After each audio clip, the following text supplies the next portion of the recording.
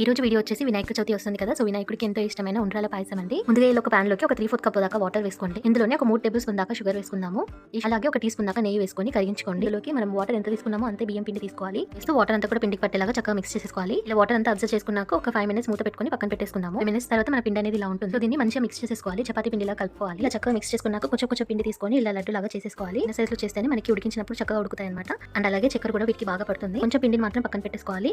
కొంచెం వాటర్ వేసుకొని పిండి అంతా కరిగించుకోవాలి. ఇలా పిండిలో లమ్స్ ఏమీ లేకుండా చక్కగా మిక్స్ చేసుకోవాలన్నమాట. పైన ఒక పాన్ పెట్టేసుకొని దీంట్లోకి ఒక 2.5 కప్స్ దాకా వాటర్ వేసుకుందాము. కొంచెం వేడయ్యాక మనం చేసుకున్న లడ్డూస్ అన్ని దీంట్లోకి వేసుకోవాలి. ఇలా మధ్య మధ్యలో మూత తీస్తూ మిక్స్ చేస్తూ ఉడికించుకోవాలి. ఇలా సాఫ్ట్ గా ఉడికేంత వరకు ఉడికించుకుంటే సరిపోతుంది. కలిపి పెట్టుకున్న బియ్య పిండిని వేసుకుందాము. ఒకసారి మిక్స్ చేసుకొని ఇందులోకి వేసేసుకోండి. మన పాయసం అనేది చిక్కగా వస్తుంది అనమాట.